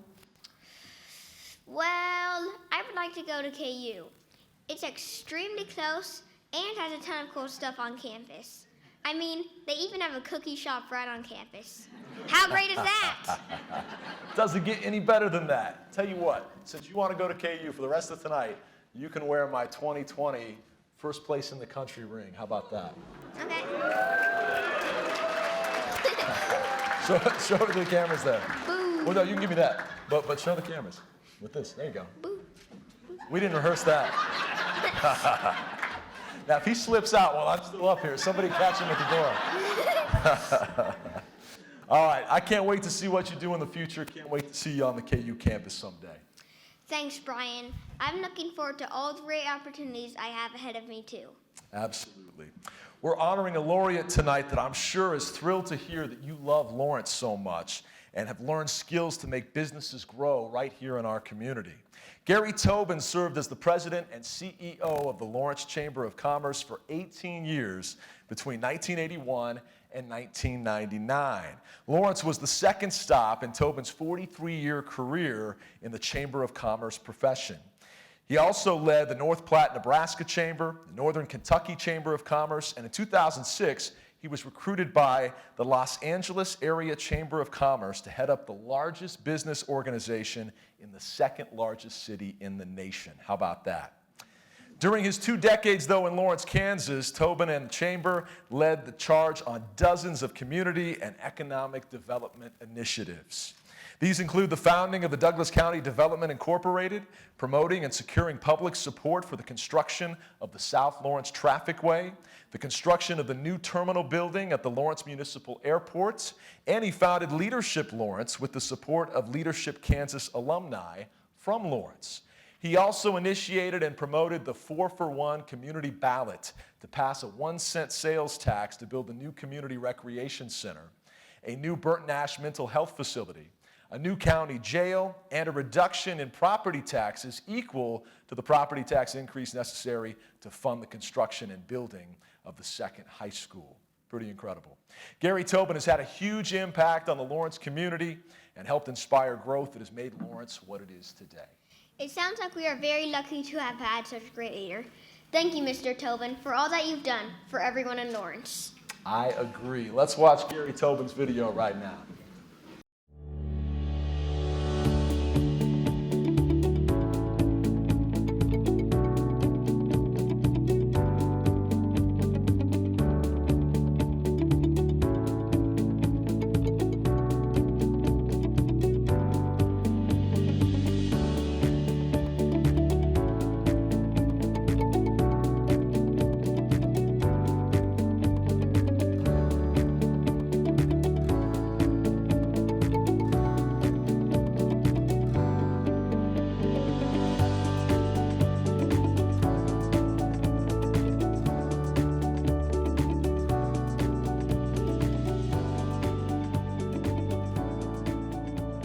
He's a team builder and he's a team player.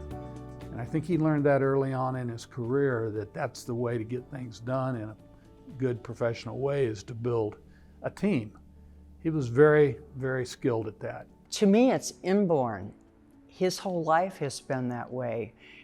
He addresses everything with his leadership and his skills, and he's caring and makes people feel valued for their opinions, and he just has a great heart. You know, Gary's a farm kid. You know, that's I'm not. But my friends who have had that background all share a similar drive, similar ability to tackle problems. I think that has a lot to do with it. I think his faith is an important component of his personality and his moving forward with things. In many respects, when Gary Tobin was the CEO of the Lawrence Chamber of Commerce and Buford Watson was the city manager at Lawrence, it was the halcyon days, if you will, because we had good growth, we had cooperation, and we had a far-sighted leadership in both the private and public sector. And I think Gary brought unique talents to that that are very hard to match.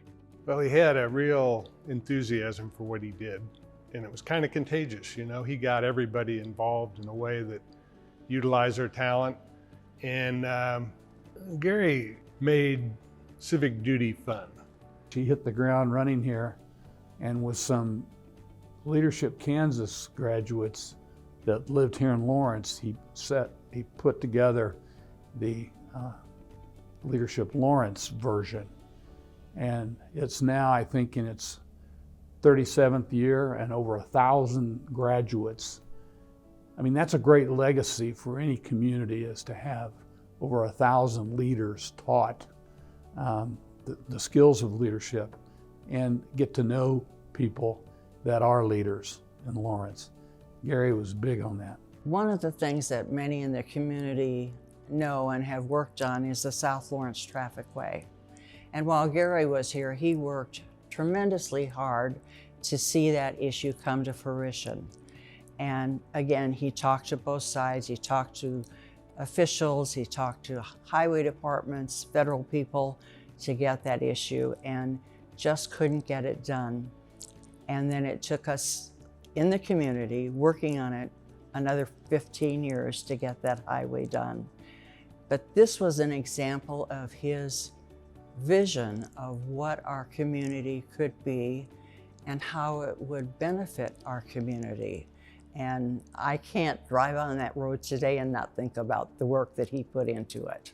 One of the biggest accomplishments was the ballot initiative that established a second high school, passed the 1 cent sales tax for the health center and the jail and recreational opportunities and arts. And by the way, lowered property taxes along the way. So I think he felt that was quite a step forward for the community and really a foundation for the future. Gary is extremely close to his family.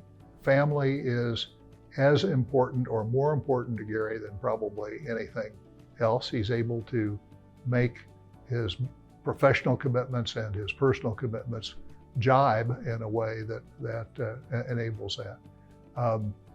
And I think that's something that is a very admirable quality about Gary as well. I say this as a compliment to them, but they can work a crowd better than any two people I have ever known. I mean, they are efficient, friendly, kind, and people like to be around them. So I really think they are two people that many of us can look up to. I know I do. And I am very privileged to be his friend and to have spent the time I have with him in the Rockies, Glacier National Park, Mount Fuji, Maine, and among other places. He's a great example of a leader. He's a great example of when it was his responsibility to get things done, he got things done, but he did it by building a team to do it.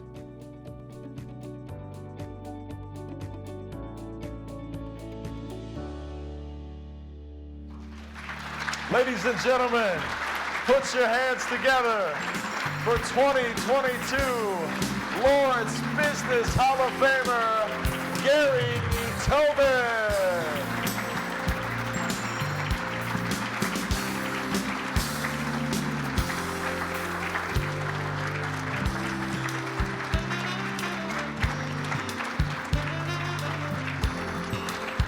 Congratulations. Congratulations. We'll get your picture here. You want me to take this off?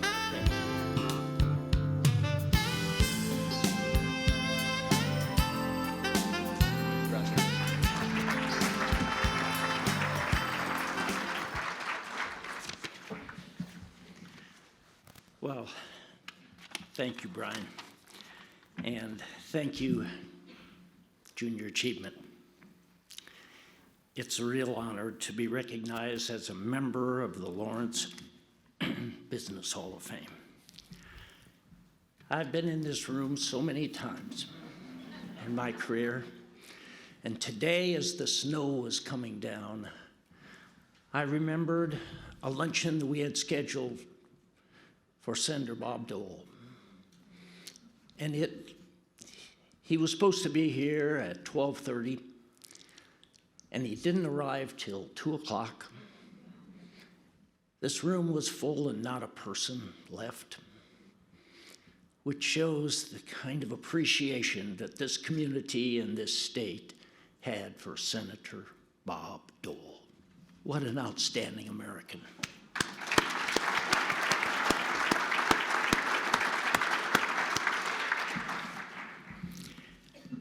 I want to congratulate my fellow honorees this evening. As you heard, Marilyn Heck was one of my chamber board chairs, and during that time, she and I together recruited so many people to run for the city commission, the county commission, and the school board, and a bunch of you are in this room, and we're glad that we helped you get elected. And Barbara, you're right up here in front. Richard owned our neighborhood first full-service gas station. And of course, Roger was the person we called whenever we had a problem with our furnace or air conditioning. Several members of my family are with me tonight, and I'd like to introduce them. First of all, my wife, Janice. Janice is the best gift that the city of Lawrence gave me. We were married in 1990, and together we have 4 children, who on the day we were married were ages 11, 13, 15, and 16. All 4 are Lawrence High School graduates. Here tonight are our daughter Devin and her husband Tony and their 2 children, Jonah and Josie. They live here in Lawrence. Our son Andy and his wife Julie are here from San Francisco, where they have 2 sons, Teo and Kai. Our son Wyatt and his wife Ann and their son Sawyer live in Fairway. And our son Seth and his 4 sons, Emmeth, Matthias, Theodore, and Beckett, live in Moscow, Idaho, and they are not with us tonight. Janice and I are fortunate to have such a wonderful family. Janice and I left Lawrence in 1999 to lead the Northern Kentucky Chamber of Commerce, and for Janice to take a position with U.S. Bank in Cincinnati. But we have returned to Lawrence often, and on each visit, we would drive around town. We would connect with old friends and rekindle memories of the many initiatives that the Chamber sponsored and championed during my 18 years with the Chamber of Commerce. 4 of the leaders in those initiatives were part of our video tonight: Gene Milstead, Dan Watkins, John Lundstrom, and Larry McElwain. And there were hundreds of other leaders during those 18 years. And many of you are in this room tonight. And for your leadership and your tenacity, I say thank you. The work of a Chamber of Commerce is not a sprint. It's like running a business. It's a marathon race, but it's exciting work. And the work that we did, this community, you, your children, and your grandchildren are still benefiting from. My first career, my first professional career job was as a junior high math teacher in Lincoln, Nebraska. So Megan and Nico and Liam, awesome! I think I am living proof that an interest and a major in mathematics can take you to almost any profession, because there is not a profession where you don't need to understand the numbers. Every person in this room knows that. I also enjoyed being a junior achievement instructor, where my classes always focused on running a small business where we sold jeans and athletic shoes. And we talked about all the financial aspects of that business. And my interest in education also played a major role in all the bond issues that we supported, especially the second high school.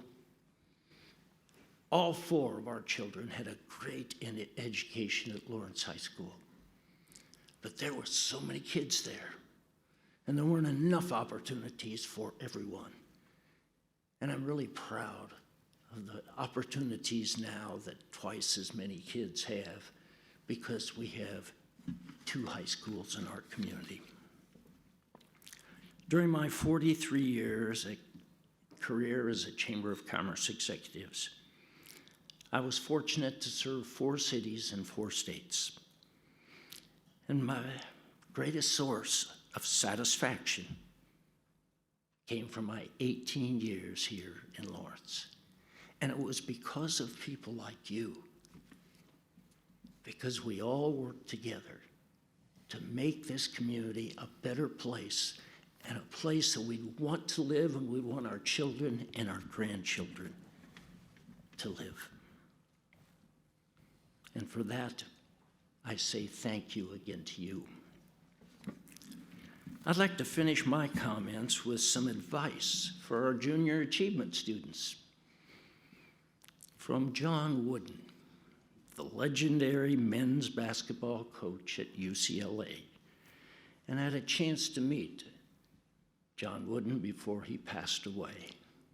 What a remarkable individual. Coach Wooden's teams won 10 national championships in the 27 years he was there. Here's a piece of his advice to his players and to all of us. And I quote, "Things seem to turn out the best for the people who make the best out of the way things turn out." Coach Wooden knew that there are a lot of things in life that you cannot control, but you can control how you respond to them. And finally, I'd like to share some wisdom from country western singer Kenny Rogers and his song, "The Gambler," which is about playing poker and making decisions in life.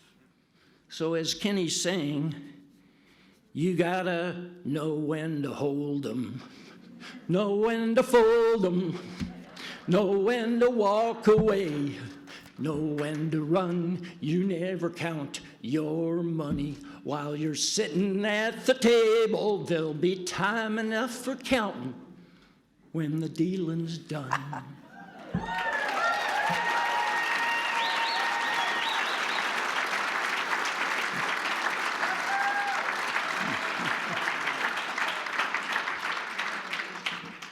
Thank you, Junior Achievement. Thank you, Lawrence. We still have a lot of good cards to play. Good night. Once again, Gary Tobin, everybody.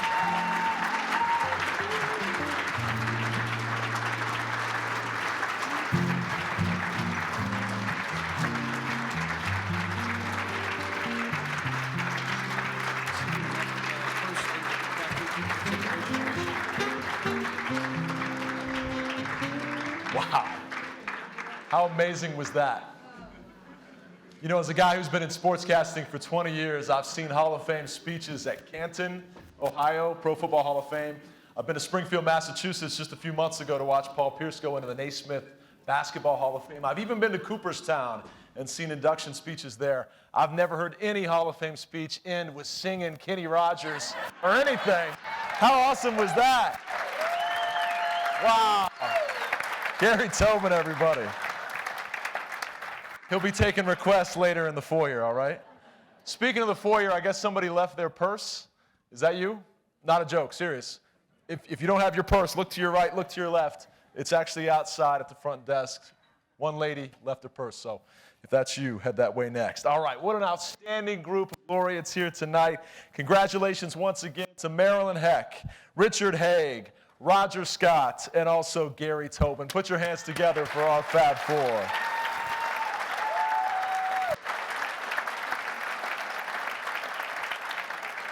What tremendous examples of leadership and community involvement for our junior achievement students. Just fabulous stuff. These laureates have all played an important part in making the Lawrence community truly what it is here today. They're outstanding role models. We're so blessed by each and every one of them.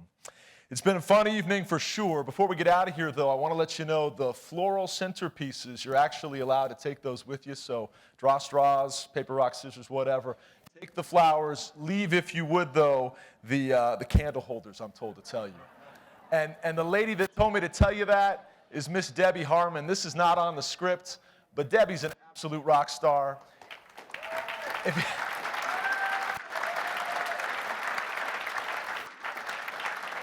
If you had any idea how much work went into this thing each and every year, she is amazing. She works wonders. So Debbie, tip of the cap to you, girl. Way to go.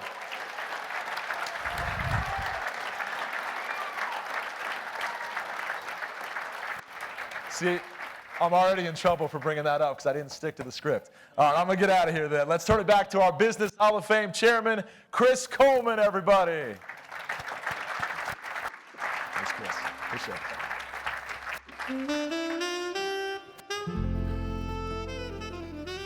Well, thank you, Brian.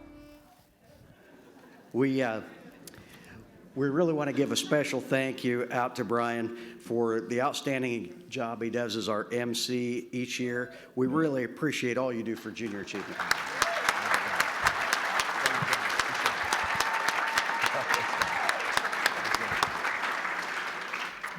We want to give another thank you to our sponsors.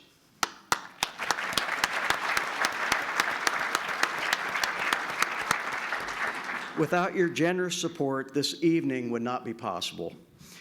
Lawrence is so fortunate to have all of these Hall of Famers and for all they have accomplished for our benefit. We also want to give a special thank you to Lawrence Magazine. Lawrence Magazine will be featuring these 4 laureates in their next issue coming out very soon. Please make sure you pick up a copy so that you can read the articles about these amazing laureates. Again, I invite you to get involved with Junior Achievement. In our new and ever-changing economy, junior achievement programs and volunteer role models will be needed more than ever to help our young people navigate through the many challenges they will face in a different economic environment. Our students are resilient and they're ready to take on these challenges. Junior Achievement of Kansas, along with our volunteer role models, will be there to help provide them with the tools and skills they'll need to be prepared to succeed in a global economy. To find out more about the opportunities available to support junior achievement, please take a few minutes and fill out the information cards on your table. And you can give those cards to any of the staff at the tables as you leave this evening. And with that, I now announce that we are adjourned.